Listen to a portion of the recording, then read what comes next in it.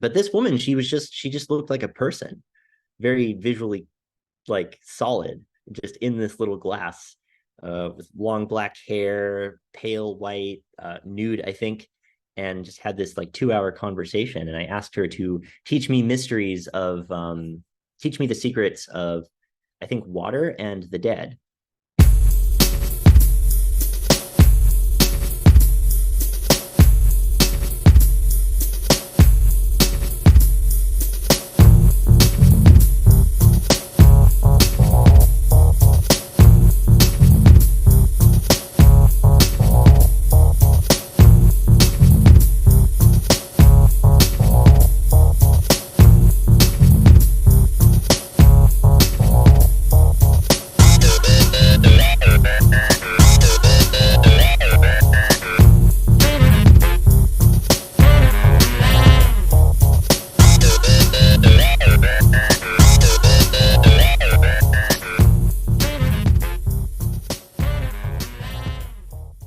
Welcome to Supernormalized, the podcast where we challenge the conventional, break boundaries, and normalize the seemingly supernatural.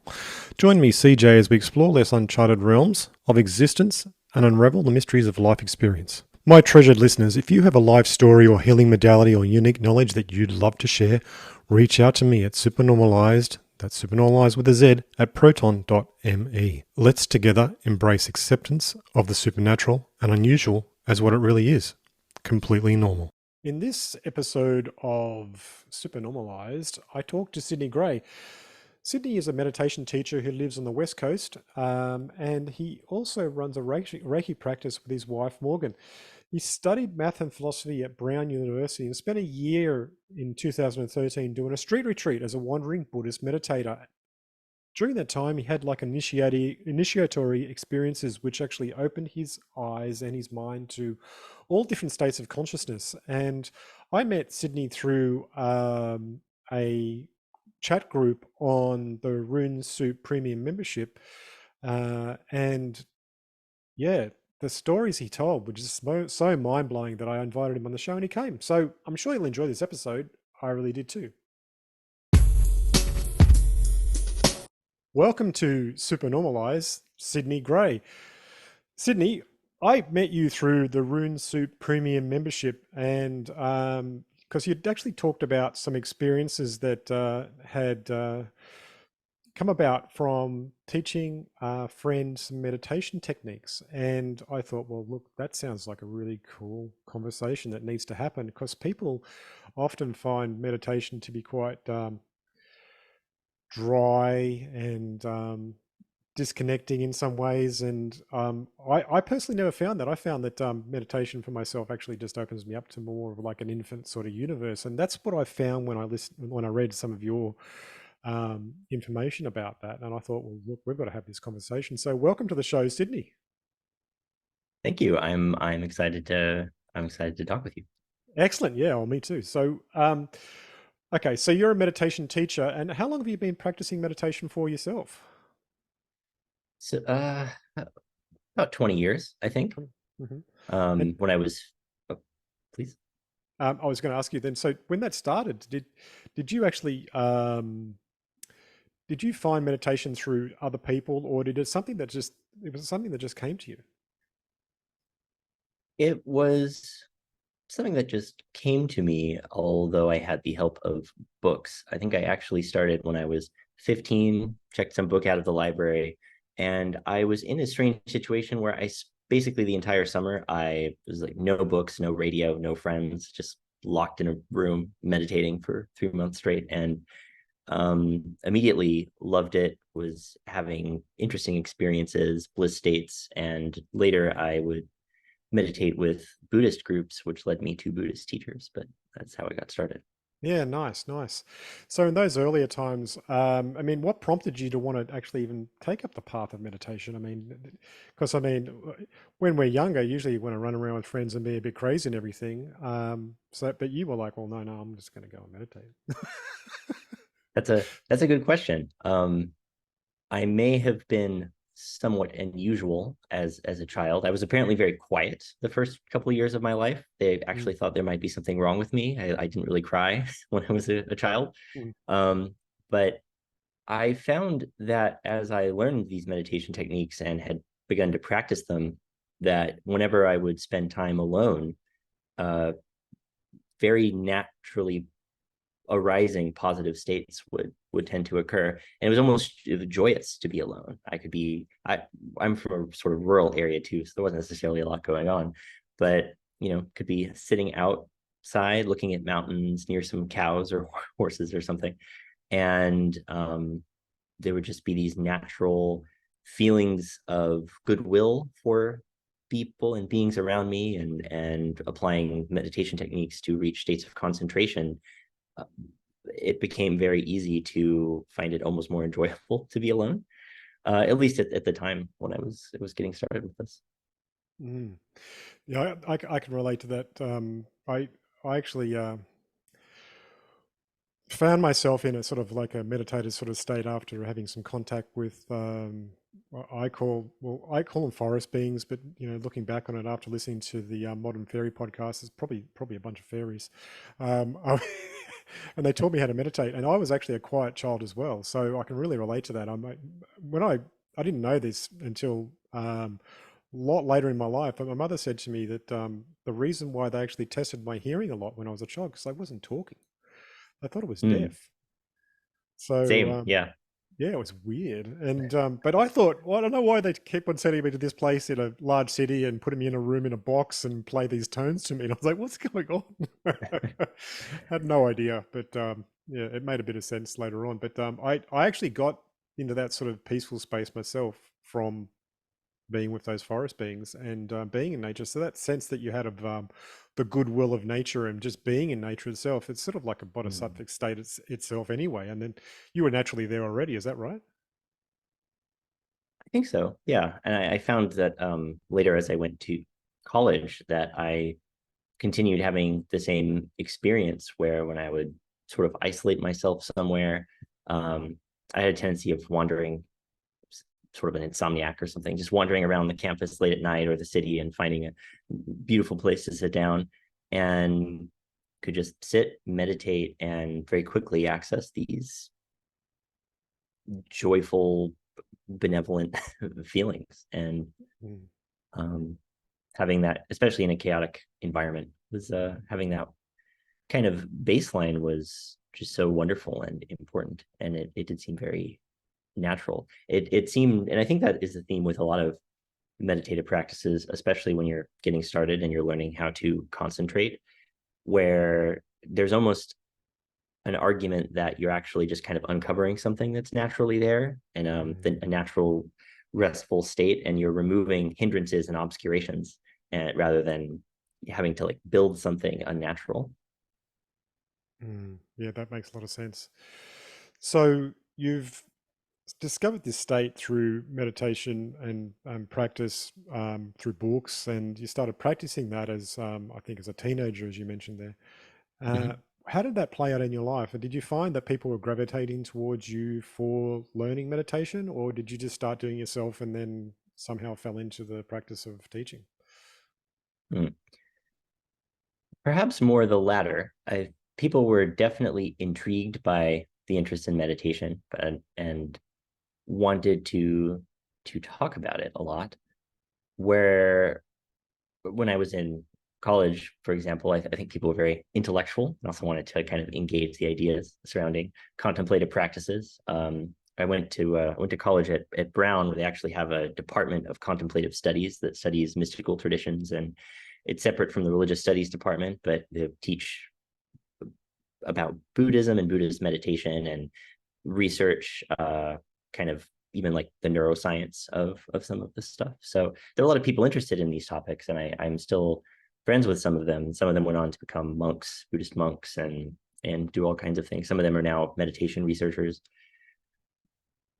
But I think it was more of a private deep dive into the practice, as I became increasingly inspired by doing more retreats and meeting more teachers, and discovering that there was some real meatiness to all of it, in a deeper reality and an urgency even of you can try to get enlightened in this lifetime. That is a goal that some Yeah. people actually have.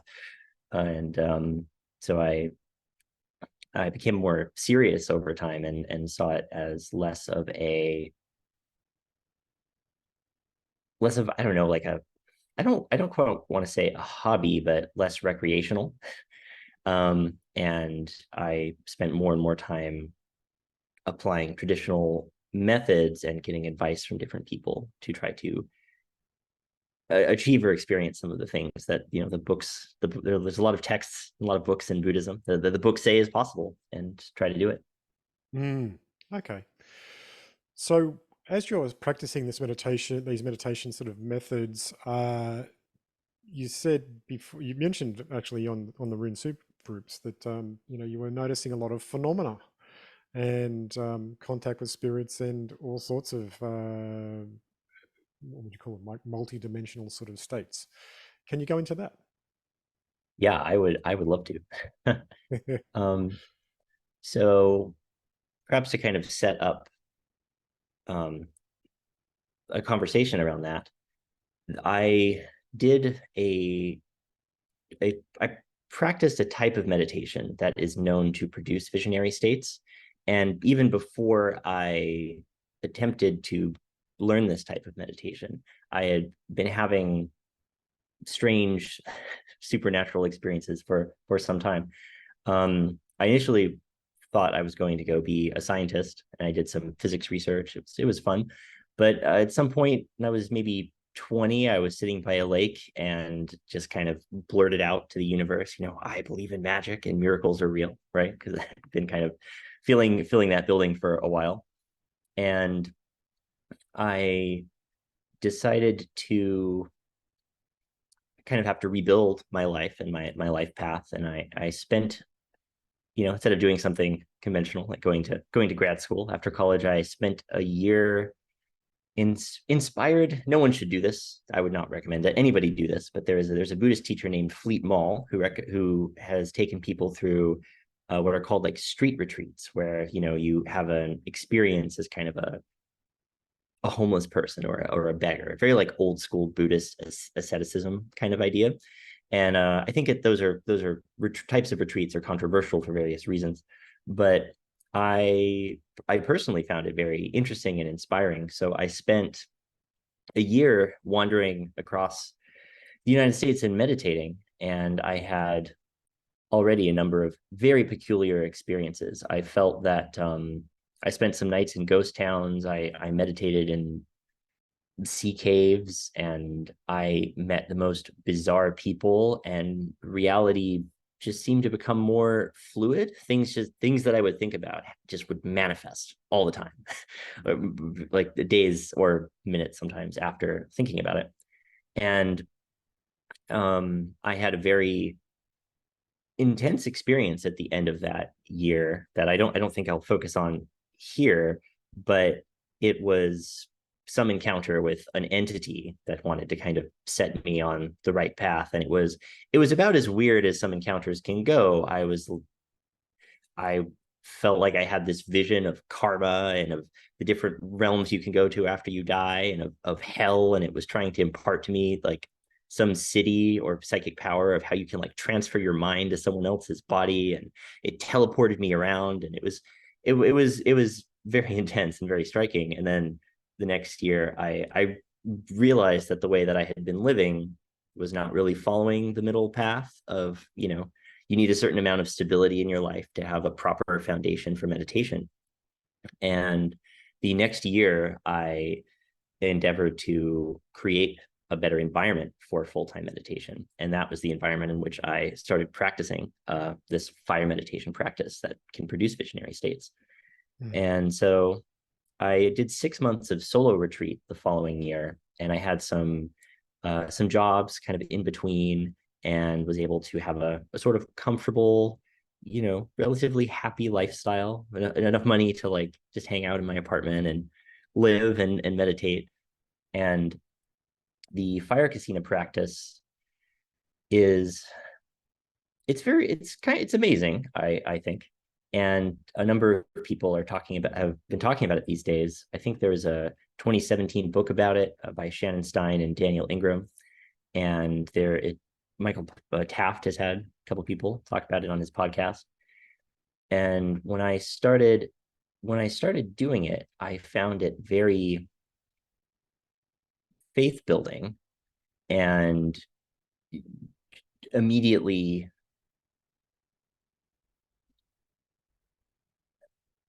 it worked immediately. It's very compelling. Would it be all right if I kind of walk through what the sort of practice entails, and then Yeah, please do. what Please do. cool. So the practice is described in some ancient texts like the Visuddhimagga and the Vimudimagga. And the kasina practices they're essentially, most of them that are listed are really are visual practices. You are concentrating on an object outside of your body, really, a visual object. There are colored discs. There are some interesting objects like a hole in a wall, and there also are objects like water and earth and fire. And this candle flame practice is what I was doing. And the the stages that you progress through the practice are covered in ancient sources and also in some modern books. So the same books that describe the practice walk through different stages of like insight or wisdom or mindfulness development. And the number of stages is variable in the texts. You go from like 5 in the really old ones to like 16 in the Sudamaga. But I think I can walk through them in maybe 4 or 5 stages that are more clear to describe in terms of the phenomenology of like, this is what you're actually seeing and this is what it is like. Which I think is part of why it was so compelling to me, is because that's much less abstract than, when you're reading the old Buddhist texts and it's like, these are the 12 limbs of dependent origination, and these very like complicated aggregates of perceptual experience that are difficult to even define. But when you're doing these visual practices, they influence things in your visual field. And you start out by meditating on the candle flame, and the goal is to develop the object of concentration. That's the first goal. So as you gaze at the flame, you kind of notice it's dancing. You notice how your perception of it also shifts. You'll notice that your eye muscles twitch and adjust, and it almost like you're resetting a computer screen or something. And so you notice that you change, and you notice how the candle flame changes, and you hold on to the object as best as you can, like a wolf with a bone or something that it won't let go of. And you develop your focus so intensely, and there's also this natural optical effect from flame where so you reach the point where you close your eyes and you continue to see an after image of the flame. I think there's some confusion around this too, because this happens with all of the kasina objects and not just fire. So it's not just like you're damaging your retina or something. And then you concentrate in the same way upon the object behind the closed eyes, and you will begin to see a dot, red or purple. And this is still really all the first phase of the practice, of these maybe 4 phases I'll walk through. And the dot, it can be very hard to keep track of. It's like a floater in your eye a little bit. It'll appear, it will disappear. And you cultivate your practice to the extent that eventually it just becomes pretty semi-permanent, or you have the ability to kind of recall this object. I think there's a phrase that could be used called like a nimitta in some Buddhist traditions, where this is like the object of your concentration. So I found this really exciting because it's very obvious whether or not it's working or whether or not you're doing it right. It's like, you could check a box almost like, do I see the object that I am supposed to see? And I found that I was using the candle flame much of the time, but I also started using other objects as kasina objects to practice meditation kind of whenever I could. So I might be in a room and there is a lamp that's not turned on. And so I would gaze at the lamp until it takes on kind of an aura or a shining luminous quality. I think a lot of people do this actually, where they will, if you like looking at a person trying to see their aura, sometimes you'll create an image, an after image of them, and they'll get slightly out of sync, and you might see kind of the white aura around their body. And that I think it's actually the same thing as developing this concentration object. And I would look at these lamps and they would take on this luminous white glorious quality. I think some of the texts describe it almost as like a moon-like shimmer. And I, again, I was very, very happy. I was like, okay, I've got it. I'm doing the practice correctly. I am seeing the phenomena that are in the book, and I'm going to keep doing it until I reach the higher stages. And so that first stage is perhaps the most boring and maybe the most technical to describe. But as you reach the second stage, there is a large kind of shift in your experience. And some Buddhists would say that it's a huge energetic shift. You might have a Kundalini experiences, intense dreams, and just like erotic energies present in your life or in your dreams. There's high intensity, high energy. Time can become very strange. And what you see with the visual object is you see it, basically the dot becomes like a twinkling star, and you start seeing the whole visual world around you. Basically, it can start to look like racing particles. Yeah, um, shimmering. yeah, exactly. Yeah, yeah. And it kind of looks like it can look like shimmering particles racing everywhere, snowfall, pixels. And I think from the Buddhist standpoint, your laser pointed focus of concentration at that point, which is really easy to develop when it's interesting what you're looking at. For me, I found like I'm looking at a dot that has become a twinkling star. That's kind of amazing. It naturally grabs my attention. So it's easy to concentrate on it, instead of, for some people, they might have trouble just focusing on like their breath. This is purely an external object. And your laser pointed focus is seeing some of the qualities that Buddhism posits are fundamental characteristics of all phenomena. So you're seeing what might be called like impermanence, where you're seeing that everything is actually made of something subtler and constantly changing, because everything around you, it looks like it is moving all the time. Objects are no longer like, this is a cup, this is a wall. It's just they appear to be like aggregates of events that are hard to describe, they're very visually interesting and colorful. Yeah, I've experienced that and myself, and yeah, I go straight into that sort of space as soon as I just sit still. So I completely understand what you're going with there. Now, I just want to roll back a bit to your experience when you were walking the land. It sounded like you actually put yourself on a path of self-initiation. Yeah, I think so. And I definitely received attention, I think, from entities. um I had some sort of complicated experience where I felt like I had been like adopted by the thunder gods of the clouds or something. It was very strange. And I had experiences where the weather seemed to just adjust, and I had conversations with it. And it was, um, in some ways, it was very holy and profound, though also sometimes terrible. And another fun experience I had towards the beginning of that trip was I visited a friend who offered to kind of put me on his couch.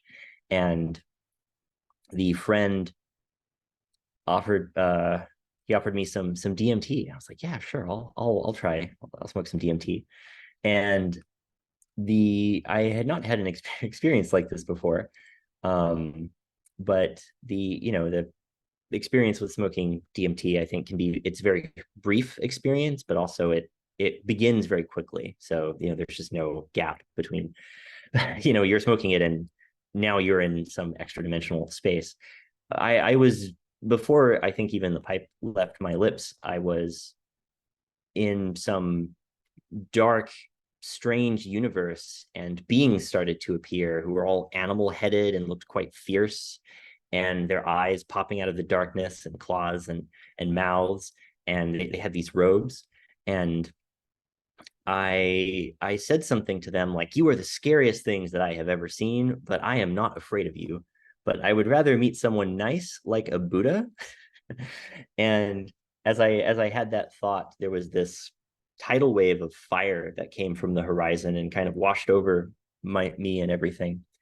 And then this enormous golden Buddha statue kind of rose up from this ocean of flame. And I think I was laughing both out of just sheer happiness. It felt amazing and wonderful, and I could just feel the benevolence radiating off of this being. But also I was surprised. I was like, this is happening. What what is happening? And then and then he shot like a ray from his head into my head, and just imparting this kind of joy, and this resonant joy, and participating in like the joy of all the beings in the universe. And which I suppose would be, in a very Buddhist sense, that would be one of the four Brahma Viharas, which are these very positive emotions that you can experience or cultivate. But that was sort of near the beginning of this journey, and it definitely set some of the tone for the Yeah. wandering. Yeah, Yeah, very cool. How old were you when that happened? I was 23. 23, okay. Yeah. And yeah, because I went through some wild experiences when I was 23 too with meditation, and yeah, it's on point. So you said as part of that, it was also faith building. You know, the experiences you were going through were faith building. What sort of faith were you carrying with this? Hmm. What faith was I carrying Hmm. in the, you mean prior to that, or building with these experiences? Building with the experiences, because it sounds like you're actually creating your own personal sort of religion and spirituality. Oh yeah. Well, I think if I went back in time and I asked myself what it was building faith in, I would probably say in the the Buddhist practices. But I think the better answer, that's more accurate, what I was thinking and feeling, would be that it was building faith both in the existence of, world behind the world, and especially as I progressed in the practice, because after those first two stages, those built faith that like the practice worked. And I'm like, wow, you just do these things in these books that are like 1,500 years old, and you dissolve reality. Why don't people know this? And um so it was very faith building in the sense that I felt very confident that the practices worked and that what I was doing worked. But also it it was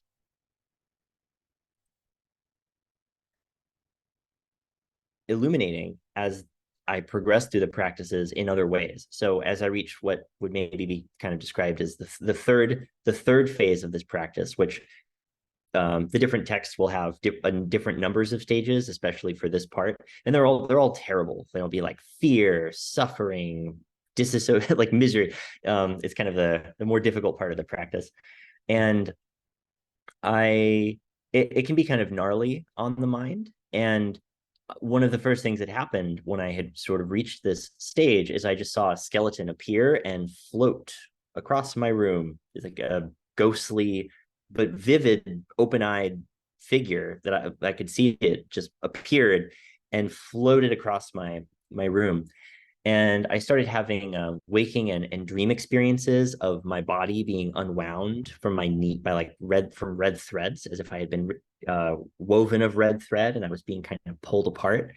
And Interesting. Philosophically, this is a part of the experience where you've developed that laser pointed, powerful engine of meditation, and then it actually comes around and penetrates the observer or the witness. So it boomerangs back around and applies to you, who is observing all these experiences, and it can be quite frightening. It has an emotional quality of that can't unless you're really comfortable with things like, I don't know, horror movies and grotesque imagery, and contemplating your own like decay and destruction and your own impermanence and death.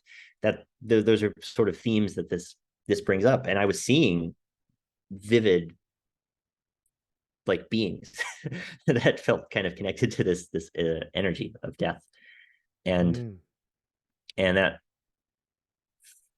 made it fairly clear that these the things that I was seeing were not just it definitely felt like I was seeing things that were real. The beings were not just products of my mind, although it's useful to also think of them that way, especially when you're doing Buddhist meditation, that it's everything is kind of a product of mind or something like that. But that built my faith in a more supernatural world, definitely. Yeah, right, right. It sounds as though the observer point, when you're actually focusing back on in it in such a way, is like the last fort of the ego. It's like the last threads of the ego are right there. And so when this is coming about, and you're expanding even more so, you're probably, raising your frequency in different ways so things can appear. So Mm, yeah, so you've had a lot of contact with spirits and angels. Can you tell us more about that? sure, yeah. I i can kind of wrap up this story to connect it to that. So Sure. I progressed to the fourth stage, and at that stage, I was like seeing hexagrams appear in the air that were then sucking into them in turning me into a spiral, and everything became very holographic, and I continued to see entities, and eventually there was this like final moment of everything just collapse, which was kind of the goal of the practice, was to have an experience of no experience, kind of a timeless cessation where the external objects all disappear as well as the subject observer, and you're able to have a taste of nirvana. Is kind of the theory behind these practices and the goal. And when I had that experience, and it was immediately it was very transformative. The way that my body, mind, field all relates to everything seemed to change, and it reduced a significant amount of suffering, and I think distortion. And that was the goal of the practice. It was very cool. But I found that after doing months of this visionary candle flame practice, I continued to see things even when I wasn't practicing, basically every day. And that has continued for like 10 years. And um, that for the first 2 years, I mostly just left it alone. And I tried not to think about it because I wanted to skillfully reintegrate myself into society in some sense.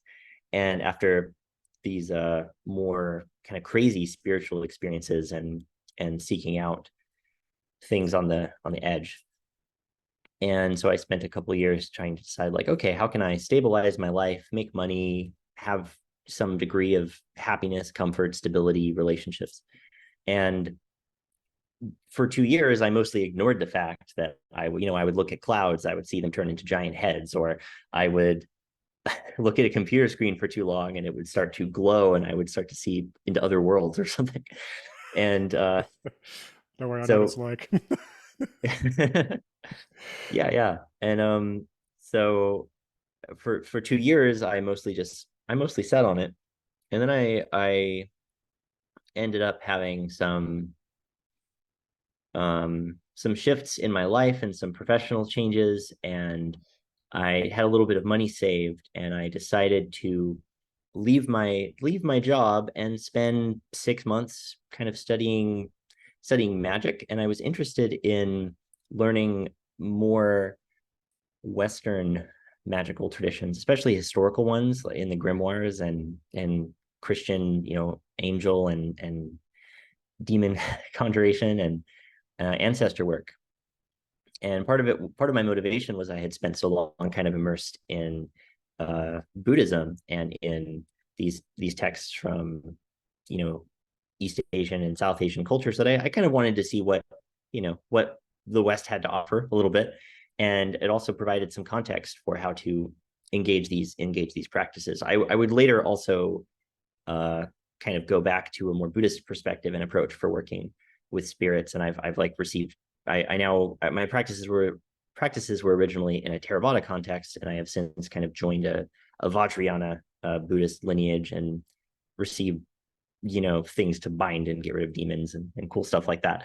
But during this intermediate phase, when I was kind of working on my own, I I found that I would do these things in these books. I spent 6 months just reading as much stuff as I could, and I would like try to bless this water. Like I had vases of water, and I would try to bless them and different kinds of water for offerings to different kinds of beings. So rainwater to offer to solar spirits. That's sort of like an Egyptian idea, and then spring water to offer to dead people and underworld spirits and my ancestors. And um, when I would do the rites to kind of bless the water and engage it, I would look at the water and I would begin to see it glow, and it felt like a product of this kasina practice and having these visions. And then I kind of put two and two together, and I was like, okay, I think it's all real, and I'm seeing the things that I'm doing. I'm like seeing happen,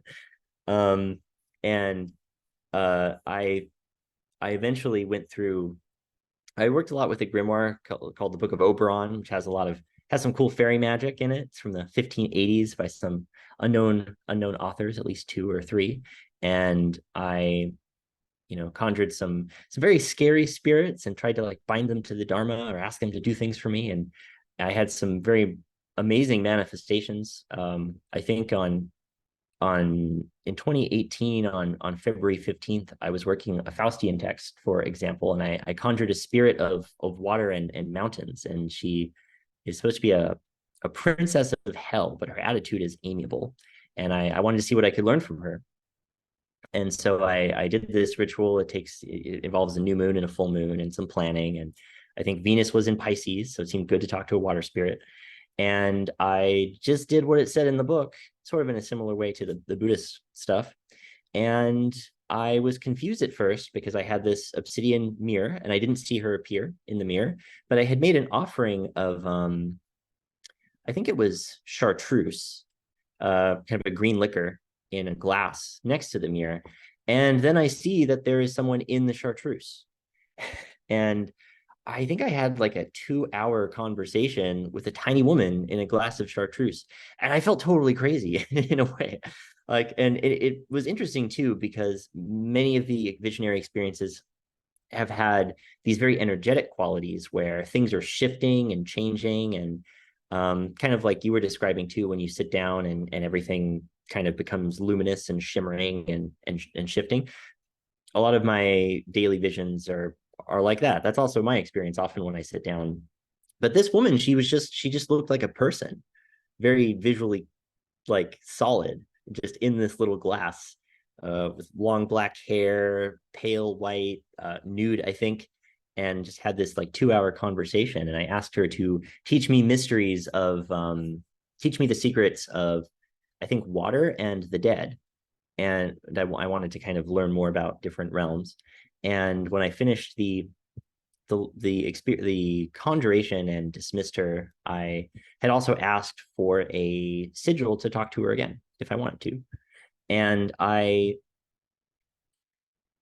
went to bed. I cleaned everything up, did some, banishing purification stuff, and I went to bed. And I felt this pain in my eyes, and I saw this green sigil just flash.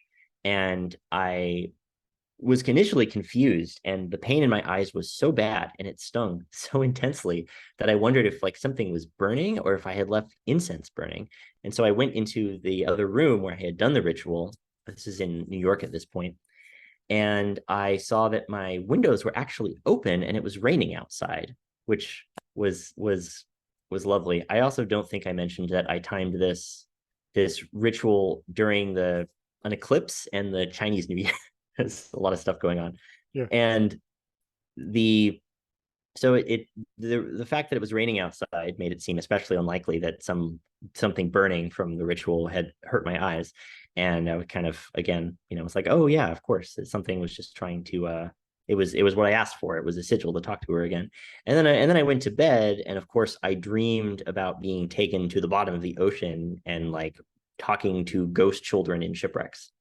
And so that's an example of where That's that went. very cool. That's very cool. And yeah, so wow, there's a lot in that one. And yeah, I'm really not sure if there's anything else we can unpack with that. But so you've done a lot of magic work then since, and it's become a part of your practice as well. Is that right? It has, yeah. I do continue to do a lot of magic. There's a large altar that my wife and I share behind me. Nice. And yeah, I found that the return to kind of a Buddhist approach has been very, very effective and very nice. And I would not recommend that people, conjure demons. And there's some dead people I don't think you should talk to if you're not if you're not ready for it. Um, but yeah, it was very exciting. It was kind of, just entering into a magical world. And I think I conjured scores of spirits. At some point I shifted largely from demons to angels, and that should probably be unsurprising to a lot of people who usually have more positive experiences with angels. And I think I still learned a lot from talking to demons, but I kind of, even then I was approaching it from a perspective of like, I'm going to try to ask you to do dharmic dharmically aligned things, or see if I can like find you for some purpose that is helpful for that. um but yeah, my experiences at sometimes my daily experience was quite out there, and I kind of, you have to learn how to integrate that much energy and that many entities in your life at different points. Mm. I If I can describe a particularly intense experience, once I was leaving work in New York, worked in, downtown Manhattan, and I was meeting a friend after work, I think for sushi. And I left the office building, and this is in the middle of Manhattan. I'm just walking near Grand Central, maybe 10 blocks total, uh, over and down. And at some point, when I'm fairly close to my destination, everything around me starts to disappear. It was as if the sidewalk became emptier of people, and then reality just kind of emptied. The sky and all the buildings disappeared, and it was this uniform white background with unclear spatial dimensions in every direction. And I found that that was I stopped walking because, like, Where are you walking to? I was yeah, yeah. And I had a couple objects on me. I think I had a bloodstone, which can help with spirits in the grimoire tradition. Mm. And I don't think I should have had this in New York, but I think I also had a Cretan magical knife in my bag, like a knife from Crete, black handled knife. And spirits started to appear, and it was as if they were being drawn with an ink brush, and there were these black lines, these curves, and this host of spirits appeared all around me. And I think they were kind of demonic. And I kind of intentionally like kept them at bay. It was very interesting, just being surrounded, encircled. You think you're safe walking around in the middle of Manhattan, and then just It's not just reality just Manhattan. yeah, reality disappears around you. Yeah. And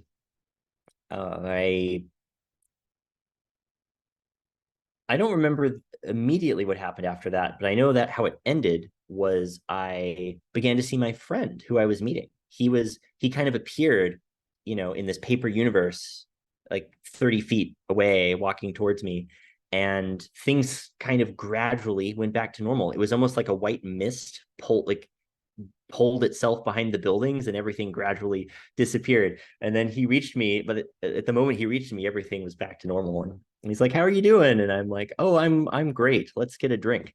Like, so Wild. yeah, I've had a lot of interesting experiences like that one, in terms of stuff that has Mm. has happened to me, and I've had some cool magical experiences, um in terms of what I've tried to accomplish, I think, and what has happened. So yeah, Mm. I've done magic quite often for the last 7 years or something like that. Mm. I can relate to that experience of hitting that white space. I was in a meditation space for really deep one for about 2.5 years that became a continuous meditation space. And during that time, if I ever just stopped, doesn't matter where I was, and just became completely still, everything would start resonating and vibrating, and it would just turn infinite white light in every direction, and I'd feel ecstatic. And it took quite an effort to actually just ground back into reality. And when reality came back, and it was like it was being faded in, someone is Oh raising, yeah, yeah, and it would just nice. all appear around me like, oh, okay, I'm back again. But yeah, that was really intense. I got to ask you though, because I mean, how does this jibe with your understanding of? I mean, you've studied math and philosophy of science at Brown University. I mean, you have said back there a few times you thought you were a bit crazy with all this, but I mean, I understand that too. It's like if I told anyone else of the stuff I've been through, it's like they look at me like, "Oh, you're nuts." But the thing is, I know I'm not, and they're real experiences. So, how does that work for Mm. you? I mean, have you actually got to a point now where you're like, "Oh, well, I know that spirit's talking to me now. I'm not nuts." Oh, absolutely. Like Awesome. So you've accepted it. yeah, That's good. yeah. I find it a useful framework to kind of engage people. Like I have a meditation student, for example, who is an AI researcher who went to physics grad school, and um, he'll often try to describe some of his experiences of like weird spatial experiences in physics and mathy terms. And I can kind of follow some of it, and I find it a fun tool to talk to some people. But yeah, at this point, I find personally, I think physics has a very amusing habit of kind of like overstating its own power a lot of the time. But it's been doing that for like many centuries. It very accurately describes certain specific situations or certain constructions. But I'm not really convinced, as weird as it is to say, that it's just kind of what's happening around us all the time. Because you can't, I mean, quantum mechanics, even, it doesn't quantum mechanics is a very developed field, and you can expand on it with quantum field theory. But some of the reasons you need to try to expand on it is it doesn't even describe most of what you would want to describe with it. It doesn't allow for the creation of particles, which we know happens all the time. It doesn't allow for um, and you can't even use it to like construct most matter that's familiar to us. Like the equations are actually insoluble beyond, like you get like hydrogen, and then you can't actually derive chemistry from physics. That the kind of like reductionist myth is not really mathematically true, but there's this feeling that's like we can actually use this to explain everything. And Newton's equations don't even, the three body problem has become more famous through some science fiction. But with Newton's equations, you can't even predict what will happen gravitationally with like three objects if none of them have negligible mass. Like it's incomputable essentially for most cases. You can like derive lots of special cases with symmetries and stuff.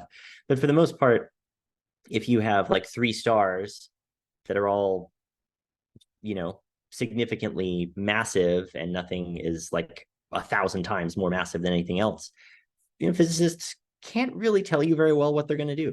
So trying to explain everything in the universe through these means is very silly to me. And there are some mathematicians and physicists who will admit this kind of thing. Like physics and math is mostly good for artificial situations that have some properties that are very beautiful, often grounded in symmetries, but you kind of need perfect situations in order to be able to do anything with them most of the time in math and physics, I found. Very nice. I was going to ask you then, if somebody was actually just starting out on their meditation path, is there any books or any teachings that you'd like to point them at as a beginner to get going? Ooh, that is a fun question. Um, my book recommendations have changed over time. I think that there's some good content online, kind of on the Theravada side, if you're just learning insight meditation and wanting to try to do some of the stuff that I was doing. And there's some documents you can find very popular among Buddhists in some places. Kenneth Folk has a little document called The Idiot's Guide to Dharma Diagnosis, which helps you figure out kind of where you are on the path. Yeah. There's another fun document. I think there's two. There's the by two different writers, I think, if I'm remembering, the Slacker's Guide to Stream Entry and then the Reformed Slacker's Guide to Stream Entry are quite nice. There is a book that I quite like that came out more recently that's more on the Vajrayana side, just called The Magic of Vajrayana by Ken MacLeod, which is very succinct and very beautiful, and it describes engaging with the Tibetan practices and doing deity yoga and deity generation, and this larger idea that's not that you see in Theravada, in Vajrayana, as a Mahayana like tradition rather than Theravada. It's you're not just supposed to get enlightened kind of for yourself and see the true nature of reality, but you're kind of supposed to become like a benevolent deity who has amassed so much abundance, merit, and wealth that you can just give it away freely. And there is, I think that is kind of Buddhism at its most magical and powerful. And I really like his description of Vajrayana in that book. If you encountered Buddha on the road, would you kill him? Probably not. I I'd probably ask him some questions though. Yeah, for sure. Well, he would just be another aspect of you. So yeah. Oh yeah. Well, I could go fun. That could go fun places. But what about you? Would you kill the Buddha on the road? Wow. If I'm holding Buddha as in an idolatrous act, I would. Yeah, Yeah, that seems like that's the right answer, I think. yeah. Because as soon as you start projecting something outside of yourself as being more than yourself, but even the self is the wrong word. It's really hard to put this stuff into words because it does go outside of the material realm completely and off into the infinite. But yeah, you've got to reach towards the infinite, and in doing that, like you said, the practice isn't about you being liberated; it's about liberating everything. Yeah, that touches on a lovely idea that I think I heard from a Hindu somewhere, which could be stated that the on the relationship between the finite and the infinite, which was something like, the finite could never reach the infinite because it would have to multiply. It can, whether it's added or multiplied, it can't actually get all the way to the infinite realm. And the infinite cannot reach the finite because it would destroy it with its just endless vastness. And so what that reveals is, since we're apparently finite beings with access to the infinite, that is supposed to suggest that the infinite is already like within. It's not something external that you need to reach out and discover, but that it is, you are already part of the infinite. Otherwise it would be impossible to encounter it. Mm. Would you say reality is a frequency aberration, which is an expression of the tension between infinite and finite? Ooh, I mean, yeah, probably. That's pretty cool. Yeah, it just came to me. I was like, "Oh, that makes sense in some ways." So, I'll have to meditate on that one myself. But yeah, I like it. Yeah, yeah. Is there any other message that you'd like to pass on to the listeners? And then after that, how can they find you? And do you have any services that you like to provide? Ooh. Hmm.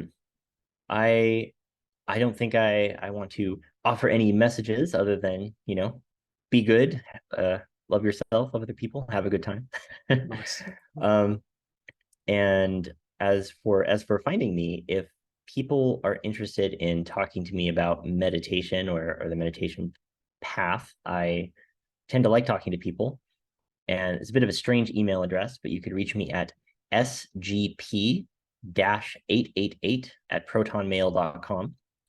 And if you are interested in some of the other stuff I do, I have a comfortable six figure job, but my wife and I also run a Reiki business, which is really fun, doing some Reiki healing and some sorcery for hire too. And that was at Nice. empressreiki.com. Cool. So yeah, EMPRESSREIKI.com. Excellent. I'll put those into the show notes and I'll obscure your email so you didn't get spam. So, Thank you. all right. So, Sydney, thank you so much for your time. It's been a pleasure talking to you and hearing your understanding and your experiences. And thank you so much for sharing. Yeah, of course. It was super fun. Thank you so much for asking me. Yeah, I, yeah, I yeah. yeah. All right. I'll say goodbye to the listeners. Wow, what an episode. That was really cool talking with Sydney. And yeah, he's been through a lot of interesting wild experiences. If he didn't have the framework of Buddhism and meditation around his experiences, it might have actually been a different story. But he actually got it grounded through Eastern practices, which helped him and his understanding of the world a lot. So all power to him. And I hope you've really enjoyed this episode. I certainly did. And yeah, please, if you could share this to one person that actually would find this sort of interesting explanation of his understanding of that infinite multidimensionality that we all are, I'd really appreciate it. And if you've enjoyed today's show, please, if you're watching on YouTube, I always forget this, like and subscribe and all that sort of stuff. And if you're on the podcast, please get on your podcast app, hit up the 5 stars, and please give us a really nice message saying thank you so much for making these shows, because I really appreciate that too. And until next episode, bye for now.